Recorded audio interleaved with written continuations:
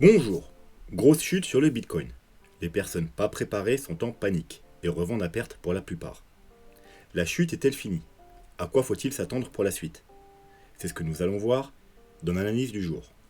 Mais avant de commencer, n'oubliez pas de mettre un petit pouce bleu, de vous abonner et de laisser un commentaire. Alors aujourd'hui, vous savez, normalement le week-end il n'y a pas de vidéo de trading, mais bon, je fais des exceptions quand il se passe quelque chose d'important, quand c'est urgent. Donc, bien évidemment, j'ai pas trop le temps de préparer les vidéos. Donc, comme tous les week-ends, quand je fais une vidéo de trading, c'est un peu du freestyle. Mais on va faire avec et ça ira très bien. Alors, on va commencer par se diriger vers le CryptoFear, la map du Bitcoin. Sans grande surprise, l'ensemble est rouge, bien rouge. Donc, on a des pertes allant de 5 à 22% pour Theta. Je crois que c'est le max sur les 100 premiers. Mais c'est déjà pas mal avec une moyenne aux alentours des 15%.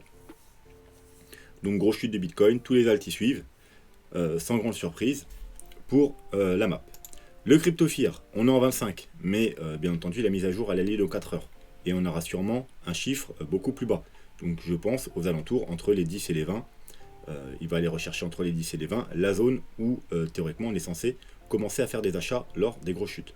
Voilà, donc on surveillera ça attentivement, mais on est probablement déjà dans la zone où on peut commencer à faire des achats. Et non pas à revendre en panique. Ensuite, le Bitcoin. Alors, qu'est-ce qui s'est passé? Est-ce que c'est une bonne idée de vendre quand vous avez peur? Un peu comme ce que je vois depuis hier, j'étais faire un peu le tour des réseaux sociaux et je vois les gens, ils ont peur, ils commencent à vendre. Beaucoup ont vendu quand on a cassé les 44, 45 000. Donc dans cette zone-là, donc là où il fallait surtout pas vendre, parce que c'est une potentielle zone de bottom. Donc on vend au bon moment et non pas sous le coup de l'émotion. On vend parce qu'on a une stratégie quand on a cassé des niveaux importants et non pas parce que tout s'écroule et qu'on a peur et qu'on revend dans la hâte. C'est super mauvais. Quand on veut revendre, quand c'est comme ça, on attend un rebond. Parce qu'il y a toujours un rebond. Il y aura toujours un gros rebond. Donc on attend que ça stabilise, qu'on ait un rebond. Et là, si vous voulez sortir, vous sortez. Comme tout le temps. Vous voyez, ici, 2018, on est passé des 20 000 aux 6 000 $. C'était pas aux 6 000 $. Ici, il y en a beaucoup qui ont revendu. Et on ne revend pas là. On attend que ça remonte. Vous voyez, ça remonte aux 12 000. Et là, on peut revendre. Ça redescend aux 6 000. Ça remonte aux 10 000. On attend que ça rebondisse pour revendre. Là, pareil. C'est redescendu aux 5 600. C'est remonté à 8 500. On peut revendre. Voilà. Pareil. On est redescendu à 4 500. On ne revend pas là. On attend que ça remonte. Ça remonte à 14 000. Et là, on peut commencer à revendre dans ces zones-là. Il y a toujours des rebonds. Pareil ici. Quand on était aux 30 000, il y en a beaucoup qui ont craqué ici sur chaque mèche. Moi, toute la période ici, je vous dis, c'est surtout pas le bon moment pour revendre. Tant qu'on tient en clôture les 29 000 $ et la trendline, il n'y a aucune raison de revendre. Au contraire, on a un rectangle vert, c'est une zone où on tente des achats. Tant qu'on tient les supports, on cherche des achats parce qu'il y aura un rebond. Et il ira au moins aux 53 000. Voilà. Et c'est là que vous pourrez sortir en toute sécurité si vous voulez vraiment sortir. Ici, on a été rejeté aux 53 000, on a atteint parfaitement la zone. Donc ici, vous pouviez sortir en toute sécurité et re-rentrer sur confirmation. Par exemple, ici, à la cassure du niveau. Donc vous êtes sorti à 53 000, au pire, vous rentrez à 53 000. Ou pas loin. Ouais, vous n'avez rien perdu, mais vous vous protégez. Parce qu'ici, on a une chute, on est quand même redescendu à 39 000, mais on aurait pu, pourquoi pas, faire une ABC et redescendre beaucoup plus bas. Voilà. Mais voilà, c'est toujours pareil. Et là, à court terme, donc on va se remettre en daily. Si vous vouliez sortir, c'était soit sur les petits time frames. Ici, on avait une trendline. On est venu faire une chute, on s'appuie sur la trendline, donc parfait. Et là, on fait quoi? On s'est fait rejeter la zone de rechargement de short et on casse la trendline. Donc là, il y avait une position de sortie. Ensuite, on vient taper sur un gros support. On fait quoi? On vient chercher la zone de rechargement de short et la trendline baissière. On s'en fait rejeter. On casse la plus grande trendline, donc la trendline qui durait quand même depuis plusieurs mois. Donc là encore, vous pouvez sortir, puisqu'il y a un double rejet. On l'a vu d'ailleurs dans la vidéo d'hier. Et je vous ai dit que le support là, il tiendra probablement pas. Pourquoi? Parce que à la différence d'ici, où on était sur double support, en même temps le support horizontal et en même temps la trendline, ici maintenant il n'y a plus le double support. Au contraire, on a cassé une trendline importante. Donc en général, c'est pas bon signe. Quand on casse une trendline qui tient depuis juillet, août, septembre, octobre, novembre, depuis 4 mois, eh bien ça a des conséquences. Donc ici on pouvait sortir ou à la rigueur ici, sur validation de la cassure du gros support. Voilà, mais on ne sort pas ici parce qu'on est en panique et qu'il y a une grosse mèche. Maintenant on attend un rebond. Oui, donc déjà ceux qui sont sortis en bas, au minimum, au minima, je veux dire maintenant c'est plus censé de sortir après un gros rebond pour vous dire ok, voilà, je sécurise, moi j'ai peur que ça crache vraiment plus bas, donc on a fait un gros rebond, je peux sortir. Je vous dis pas de sortir maintenant, moi c'est pas ce que je ferai, mais c'est déjà plus sensé que de sortir ici. Voilà. Mais le mieux c'est d'attendre un rebond long terme, comme ici, un rebond plus long terme, parce qu'il y en aura un, même si on chute un peu plus bas, il y aura un rebond plus long terme, il y a toujours des rebonds. Voilà, donc mauvaise idée de toujours de sortir sur les gros mouvements de panique, on sort parce qu'on a une stratégie et pas parce qu'on a peur. Sinon, on attend que ça se calme, on attend que y ait un rebond, ou alors qu'on casse des zones clés sur les gros time frames. Par exemple, si on devait casser cette structure-là, ici, avec des clôtures en dessous, parce que le cours nous décide des structures et des clôtures, là on peut sortir parce qu'il faudra s'attendre à aller plus bas. Donc, on va maintenant nettoyer le graphique, parce que ça, on n'en a plus besoin. Celle-là, on n'en a plus besoin. La bleue là, maintenant, on n'en a plus besoin non plus. Comme ça, on va y voir un peu plus clair. Donc, on a quoi? On avait le gros support. On est venu taper, on est venu rebondir, on le recasse. Hier, je vous ai dit quoi en vidéo? Si on le casse, la première cible, c'est ici. Pourquoi? Parce qu'on a un double support. On a la trendline encore plus long terme, c'est là qu'il faut éviter de classer en weekly, clôture en dessous en weekly. Ce serait très mauvais signe parce que c'est toute la montée. C'est la structure du marché, c'est la structure impulsive du marché. Si on casse cette structure, eh bien malheureusement, il y aura sûrement un gros mouvement baissier. Et quand je vous dis casser, c'est sur du long terme. Donc on regarde en weekly, et quand on casse, il faudrait qu'il y ait des clôtures en weekly sous ce niveau. Donc non seulement on casserait ce niveau, mais on casserait aussi ce niveau-là, la trendline baissière, qu'on a cassé précédemment à la hausse. Là en gros on est en train de faire un gros pullback dessus avec une grosse mèche. Vous voyez, on a fait une grosse mèche qui a cassé les deux niveaux, qui est venu rechercher le niveau de support en dessous, le gros niveau des 42 000. Vous voyez là qu'on avait résistance, support, résistance, support, support. Vous voyez, là on n'a pas clôturé en dessous. Et donc on est venu rechercher une nouvelle fois ce niveau. Donc c'est pas des niveaux qui arrivent de nulle part. Hein. On vient rechercher les bons niveaux. Donc la mèche est venue là, et là vous voyez on est déjà remonté au-dessus de ce gros niveau de support. Donc maintenant, si effectivement sur les gros time frames on clôture en dessous ces niveaux, eh bien il y a de fortes chances qu'on aille beaucoup plus bas. Voilà. Donc maintenant on va voir les autres graphiques. Alors, notre fameux graphique simple du canal. Comme on l'a vu, hein, je vais pas le répéter, enfin je vais le répéter, mais il est très pertinent. Vous voyez là, ça fait résistance. Une fois qu'on le passe, on va rejoindre la médiane. Quand on casse la médiane, on va rejoindre le haut du canal. On est rejeté, on va rejoindre la médiane, le haut du canal, la médiane, le haut du canal. On casse la médiane, on va rejoindre le bas. On casse le bas, il fait résistance. Une fois, deux fois, on repasse, on va chercher la médiane. On est rejeté, on va rechercher le bas du canal, la médiane, puis le haut du canal. Un petit fake out en l'air. Normalement, ça se regarde en weekly. Donc, comme je vous avais dit, quand on l'a cassé là, il y a de cela 2 semaines, on casse ici, et bien le premier objectif c'est la médiane. On a bien été rejoindre la médiane, et si on casse la médiane, on ira directement en bas du canal. Et bien regardez où s'est arrêté notre mèche, parfaitement en bas du canal. Donc normalement si vous regardez mes vidéos et que vous vouliez tenter des achats, il y avait ici vous pouviez tenter des achats, ou ici. Voilà. Les deux gros niveaux. Ici, en plus, on avait le support de toujours notre trendline haussière qui est représenté également sur ce graphique. Voilà. Maintenant, on a vu que si ce niveau, ce gros niveau très important, ne tient pas, eh bien, déjà, ce serait mauvais signe parce que, comme je vous l'ai dit, on casserait également la trendline ici, la trendline baissière, plus ce gros niveau de support, ça ferait 3 gros niveaux de cassés, eh bien, forcément, il y aura une grande chute qui va s'en suivre. Et la première objectif de cette grosse chute, c'est, alors effectivement on pourrait faire un double bottom, mais j'y crois pas trop. Donc l'objectif c'est ici. Pourquoi ici? Parce que déjà on a l'objectif du canal. Donc le canal, on prend la hauteur ici, et on le reporte ici. Donc c'est la flèche bleue, vous voyez, hop, ici, on la met ici, tout simplement. Donc ça nous donne cette target. Mais en plus, c'est la target de Fibonacci. Par rapport au plan qu'on serait dans une A, B, C en flat, qu'on va aller voir après, qui est de, vous voyez, entre les 1,13 et les 1,26, c'est les deux targets. Donc là, on est à peu près, voilà, ici. Donc ici, zone d'achat, entre les 23 000 et les 25 000, et plus précisément, les 24 000, c'est une target très pertinente. Voilà, donc ça, c'est pour ce plan-là. Soit on tient ce support, etc. Soit on va casser, et bah, l'objectif principal pour moi, ce sera les 24 000. Ensuite, le canal logarithmique. Voilà, on avait vu qu'il fallait à tout prix tenir ces niveaux. Alors, on va d'abord passer en mensuel. Et qu'il fallait qu'on arrive à clôturer et valider au-dessus de ce niveau pour aller rechercher ici. On avait vu que malheureusement, le mois d'octobre, le mois de novembre n'a pas validé ce niveau. On a cassé là, mais ici, on a été rejeté. On n'a pas continué à monter. Donc, rejet. Et voilà, bah, ce qui s'ensuit, on va le voir en weekly. Donc, on a cassé. Et dès qu'on a cassé ici sur cette bougie, je vous ai dit, c'est pas bon signe. Parce que normalement, on n'est pas censé repasser en dessous. Normalement, on a déjà eu un fake out ici. Comme ici, regardez.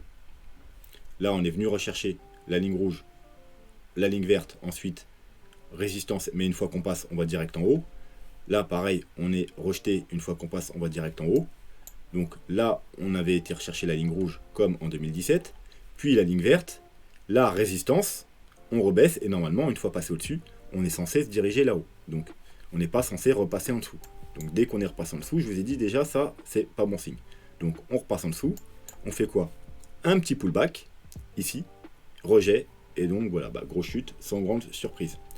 Donc par rapport à ce graphique, on a du support juste en dessous sur la ligne verte, du coup, aux alentours des 38 000 $. Et ensuite, malheureusement, eh bien, c'est beaucoup plus bas. Ce sera autour, tout dépend de combien de temps on va y mettre, mais des 25, allez, même ici, on ne pense pas qu'on va y aller direct en un mois, mais au cas où, entre les 25 et les 26 000 $. Globalement, donc pas trop loin de nos objectifs ici également. Vous voyez, aux alentours des 24 au... on avait quoi? C'était à peu près là. C'était à peu près les 26 et 24 et 26 000 $. Donc ça concorde à peu près. Donc on a des gros objectifs par ici si vraiment on devait casser ce niveau-là. Globalement les 40 000 $. Et là on est également aux 38 000 $. Donc vous voyez, si on casse les 40-38 000 $ sur les deux graphiques, ça nous dit que malheureusement on ira direct vers les 24-26 000 $. Alors, on va pas regarder tous les indicateurs aujourd'hui parce qu'on le fera lundi. Je ferai une grosse vidéo pour vraiment aller voir tous les indicateurs pour voir qu'est-ce qu'il en est, si on est toujours en bear market ou non, en bull market ou non, ou s'il faut s'inquiéter. Mais on va aller jeter un coup d'œil à deux indicateurs très importants. Donc, si je le retrouve, voilà, le NVT.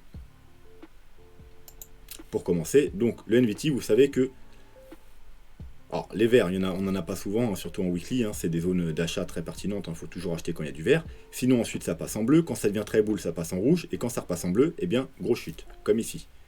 Voilà, bleu, bleu, bleu, rouge, ça s'excite, hop, ça repasse dans le bleu, grosse chute. Là, bleu, bleu, bleu, bleu, petit rebond, rouge, ça repasse dans le bleu, grosse chute. Pareil ici, avant la grosse chute ici au top du bull market, ici, pareil, ici, encore un avertissement avant la grosse chute, avant le Covid. Ici, c'est la seule fois où il n'y a rien eu. On a eu seulement une petite chute de, je crois, 10-15%. Mais voilà, ici, pareil, grosse chute. Ça nous avait prévenu, rappelez-vous, je vous avais dit, NVT, attention, on va avoir une grosse chute. On a une autre grosse chute. Donc, on repasse dans le bleu. Là, on est dans le rouge. Donc, si ça passe bleu, il faudra s'attendre probablement à une plus forte chute. Mais pour l'instant, c'est toujours rouge. Donc, pour l'instant, du côté du NVT, il n'y a rien d'alarmant. Vous pouvez même le mettre en daily. Souvent, il vous prévient plutôt, du coup, parce que c'est du daily. Mais pareil, en daily, on n'a pas de rouge. Vous voyez, ici, vous avez prévenu. Ici. Donc, vers ces niveaux. Donc, ensuite, le petit rebond. Vous pouviez sortir parce qu'il fallait s'attendre à une grosse chute. Et après, vous avez une confirmation ici, sur cette bougie-là. Voilà, vous avez eu deux occasions pour sortir avant la grosse chute et la perte de 50%. Enfin, du coup, il restait peut-être 40%. Donc pareil là, pour l'instant, le NVT nous dit, ok, il y a une chute, mais c'est pas la fin du monde. Ensuite, le RSI. Donc en weekly, bien entendu. Vous saviez qu'on a un gros support à tenir. Hop, autour des 53, 54. Et malheureusement, lui par contre, il est moins bullish parce que pour l'instant, alors la semaine n'est pas clôturée. Donc s'il y avait un gros rebond repassant dessus, Mais pour l'instant, on est en dessous. Et vous savez qu'en général, dans les gros mouvements haussiers, dans les bull market, eh bien, vous voyez là, on est au-dessus. En dessous, c'est plutôt les bear market. Au-dessus, c'est bull. En dessous, c'est bear. Au-dessus, c'est bull. En dessous, c'est bear. Au-dessus, c'est bull. Voilà, c'est toujours pareil. Donc là, au mois de avril, mai, juin, on était en dessous. On est repassé au-dessus. Mais là, on repasse en dessous. Bien entendu, comme je vous dis, la semaine n'est pas finie. Donc si demain soir, on avait un fort rebond, on pourrait repasser au-dessus directement. Voilà. Mais si on clôture comme ça demain soir, eh bien, il y a des chances que le mouvement continue plus bas. Donc ça, c'est pour le RSI. Le MACD. Alors, déjà, on va voir en daily. En daily, on a vu que depuis un moment, c'est bearish. Hein, depuis quasiment ici, avec confirmation ici. Voilà. Encore une fois.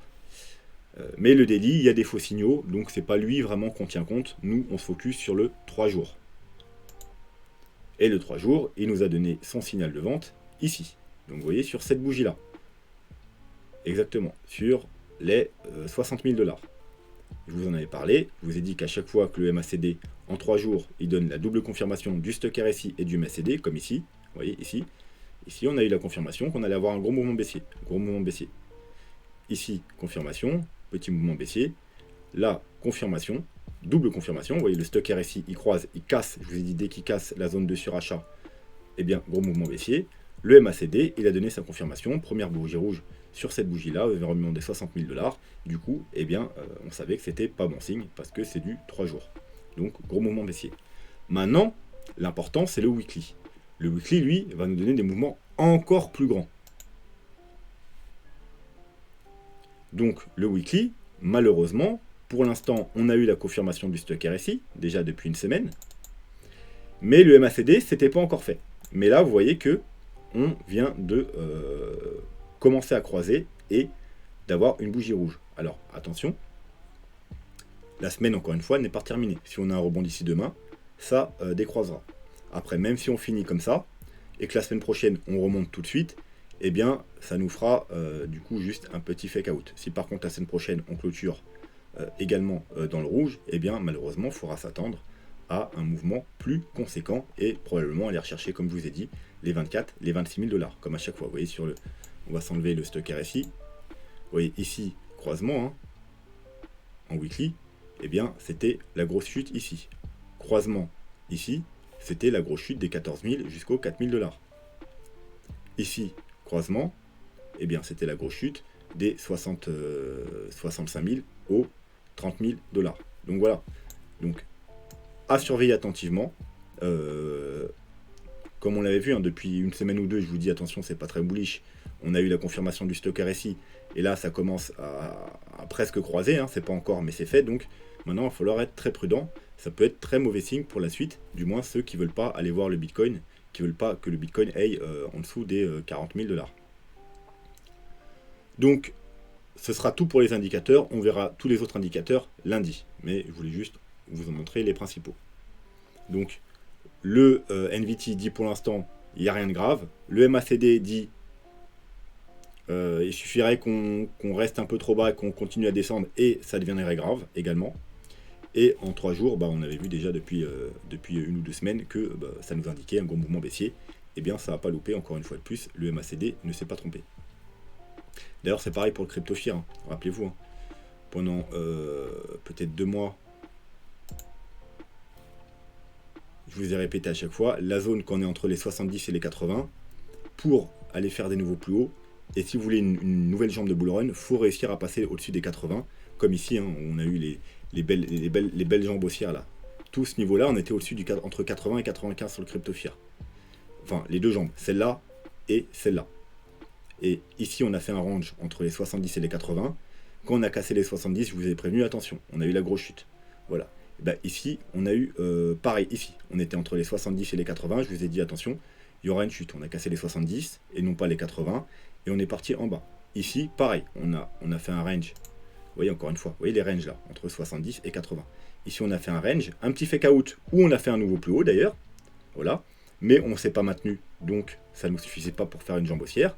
Ensuite, on a fait un petit fake out 84, où on a également fait un nouveau plus haut, donc ce plus haut là des 69, mais encore une fois, on n'y était pas resté, on est retourné dans le range, et je vous ai dit, si c'est l'inverse, on casse le range à la baisse, on aura droit à une grosse correction. On a cassé les 70, et on a eu quoi? Eh bien, une grosse correction, parce qu'on est déjà à,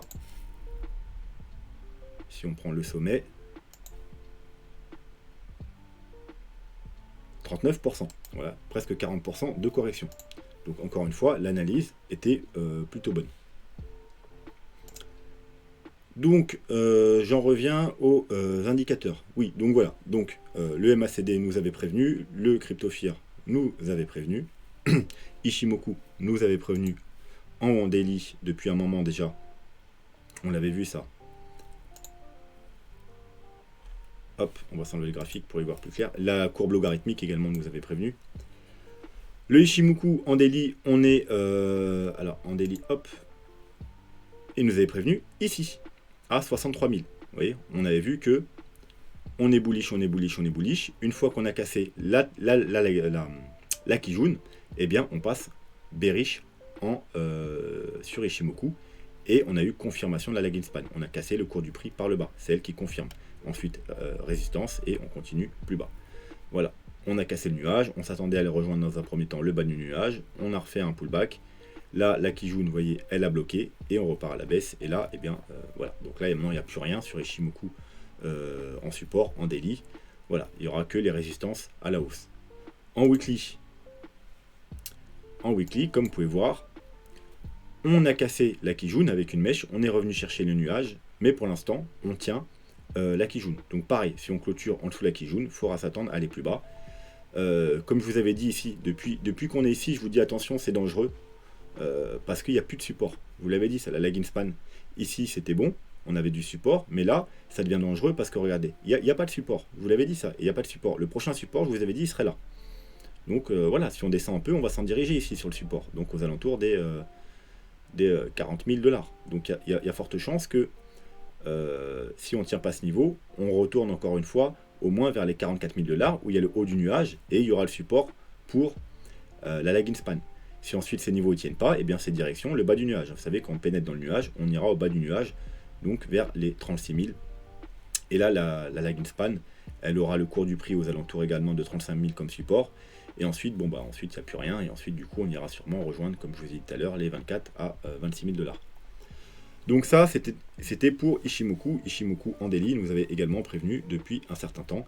Et lui, si on casse la Kijun, si on clôture en dessous des 48 000, malheureusement, on ira aussi également, ça nous préviendra qu'on ira probablement faire des plus bas. On va quand même aller regarder le super trend. En daily, pareil, hein, il nous avait prévenu déjà depuis un moment. Hein. Vous voyez, tendance haussière, et il nous avait prévenu depuis les 60 000 $. Hein, que c'était dangereux, mais l'important c'est, vous savez que sur le super trend c'est le wiki, hein, parce que de temps en temps, même si c'est assez pertinent en daily, il y a quand même des petits faux signaux, mais le plus pertinent c'est en weekly. Et en weekly, vous voyez, c'est vraiment les grosses tendances haussières en vert et les grosses tendances baissières en rouge.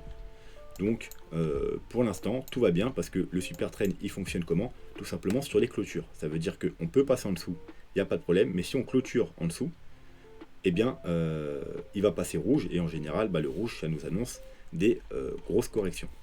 Donc, le niveau du super trend, il est aux alentours des 44 000 $. Donc, c'est le niveau à tenir en weekly. Ça veut dire qu'il ne faut pas qu'on ait une clôture en dessous des 40 000 $, sinon le super trend repassera rouge, et du coup, ça sera plutôt mauvais signe. Hein. De toute façon, on l'a vu, hein, si on casse les 40-44 000 $, ça nous annonce que ce soit sur la courbe logarithmique, sur le graphique ici, sur celui-là, si on casse ce niveau-là, vous voyez les 42 000 $ avec tous ces supports, eh bien ça nous annonce une grosse chute par la suite. Donc voilà, donc niveau à tenir, les 44 000 $ en weekly. Voilà, donc pour les indicateurs, on va s'arrêter là et on va aller faire un tour du côté du plan scénario vague d'Elliott.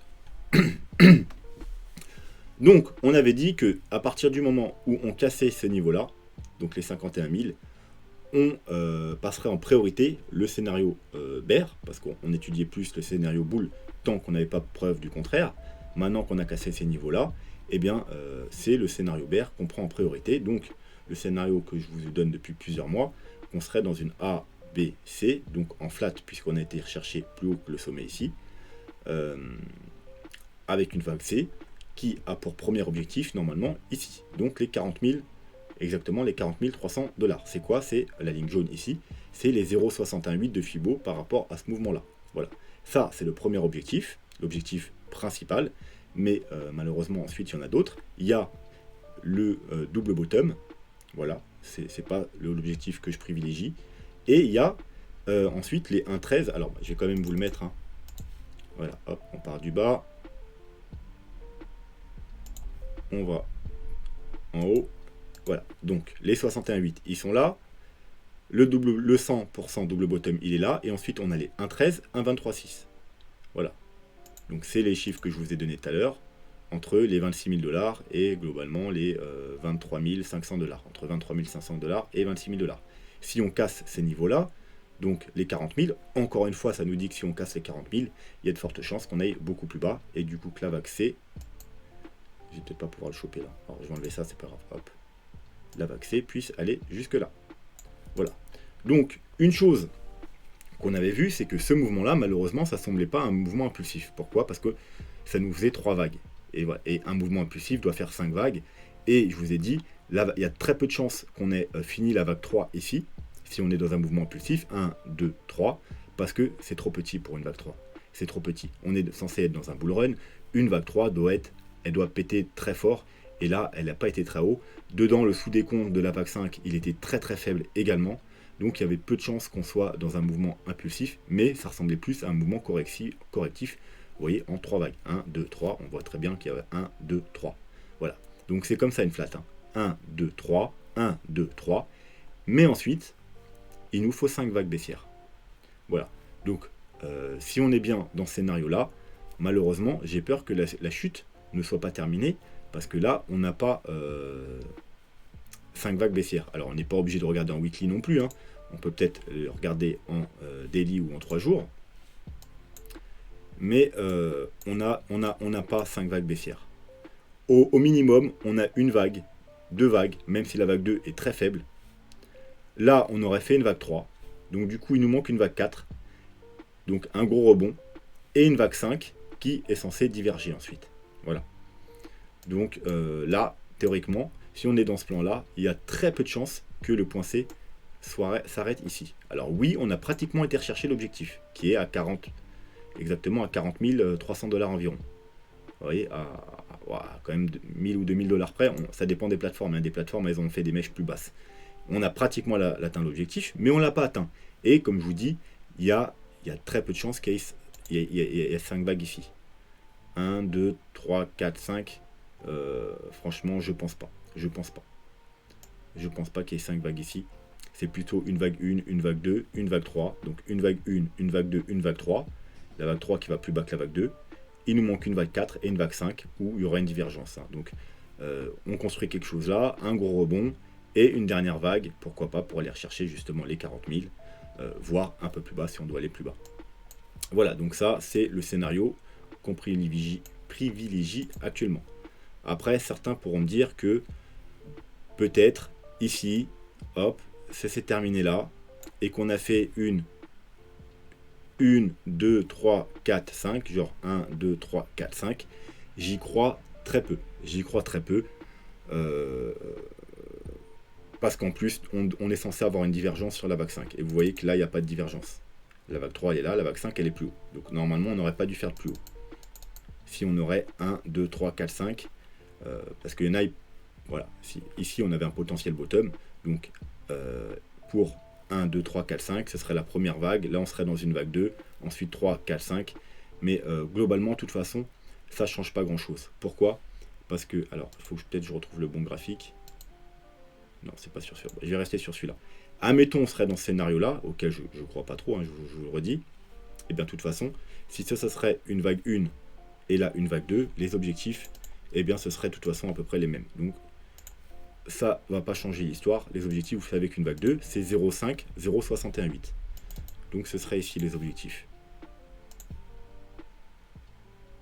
Donc globalement, ça ne change pas grand-chose à l'histoire. C'est également le premier objectif de la flat. Vous voyez, c'est ici. Et là, voilà, c'est les 61,8. C'est également l'objectif de de la vague 2. Donc entre les 44 000 et les 40 000. Du coup, on a atteint parfaitement les objectifs si on était dans le scénario. Donc ça change pas grand chose, mais franchement, je pense pas qu'on soit dans ce scénario. Il n'y a pas de divergence, c'est pas vraiment. Je vois pas une impulsive là-dedans. Moi, je vois vraiment qu'on a fait le bottom ici et que là, on a 3 vagues tout simplement A, B, C de correction. Donc voilà, ça c'est pour le plan Elliott et on va s'arrêter là, je pense, pour le Bitcoin. On verra ça plus en profondeur lundi. Maintenant, juste un petit coup d'œil à l'Ethereum. Donc, on avait également une trendline ici qu'on a cassé ici. Une chute, on est venu chercher le gros support, donc zone potentielle d'achat. Moi, j'ai pris des trades ici parce que c'était une zone potentielle d'achat. On a eu un gros rebond qui nous a ramené quand même des 3900 jusqu'aux 4000, presque 800 $. Donc, on va regarder en daily. Hop. On avait la zone de rechargement de short. On n'a pas réussi à clôturer au-dessus de la zone de rechargement de short. Gros rejet. On est revenu chercher le support qui n'a pas tenu. Et on est parti directement, comme je vous avais dit, chercher la trendline baissière. On a même été un peu plus bas, parce qu'il y a une grosse mèche, un mouvement de panique. Et on est revenu chercher quoi? Alors, en termes de Fibo, si on prend toute la montée ici, les 0,38,2, même un peu en dessous. Donc, si ce niveau ne tient pas, donc la trendline baissière et les Fibo 0,38,2, bah, tout simplement, j'ai mis un Fibo, et je vous en avais déjà parlé d'ailleurs hier, je pense, l'objectif sera les 0,5, les 0,618, donc les 2900 $ et les 3300 $. Voilà, sinon tant que ça tient, eh bien, bon, tout va bien. Il n'y a pas trop d'inquiétude à se faire parce que c'est des gros niveaux à tenir. Vous voyez qu'on est même déjà repassé au-dessus du gros support des 3900. On est déjà à 4100. L'Ethereum est extrêmement bullish. Les N-Mesh, elle est vraiment... Vous voyez la taille de la mèche, c'est vraiment incroyable. Donc grosse mèche sur l'Ethereum. Ça ne veut pas dire qu'on ne va pas aller plus bas. Souvent les mèches comme ça, et bien en général, elles sont ravalées. Pas forcément entièrement, mais il y a souvent une partie qui est ravalée. C'est toujours comme ça. Vous voyez, mèche ici, on la ravale. La mèche ici, on la ravale. Ici, pareil, c'était très bullish et pourtant on est retourné en bas ici. Là, la grosse mèche, vous voyez, grosse mèche, on remonte et on est revenu la chercher. Une mèche, ouais, enfin, voilà. Souvent, les grosses mèches comme ça, elles sont au moins en partie ravalées. C'est pas obligatoire, mais ça arrive quand même très souvent que quand il y a une grosse mèche comme ça, on revienne un peu combler cette euphorie, enfin cette prise de liquidité qu'il y a eu ici. Voilà, donc support ici, gros support dans cette zone là, et si on casse, eh bien on ira malheureusement chercher, comme je vous ai dit, ce niveau là. Voilà, donc ce sera tout pour aujourd'hui. N'hésitez pas, si vous avez des questions en commentaire, pareil, si lundi vous voulez que j'analyse certains de vos altcoins préférés, n'hésitez pas à me les témoigner en commentaire et j'analyserai lundi. Si la vidéo sur le Bitcoin n'est pas trop longue, parce qu'on aura quand même pas mal de choses à voir sur le Bitcoin. Tout dépendra également de ce qui va se passer aujourd'hui et demain, mais on aura quand même sûrement pas mal de choses à dire. Sur ce, moi je vous souhaite un bon week-end. Demain, même si théoriquement j'aurai pas le temps, il y aura quand même peut-être une vidéo qui sortira, donc du coup une vidéo gaming avec en featuring avec Cryptode, comme d'habitude. Donc voilà, donc n'hésitez pas d'ailleurs à aller voir la dernière vidéo si vous vous intéressez par Titan Arena qu'on a fait il y a quelques jours. Voilà. Sur ce, je vous souhaite un bon week-end et je vous dis à demain ou à lundi. Tchuss!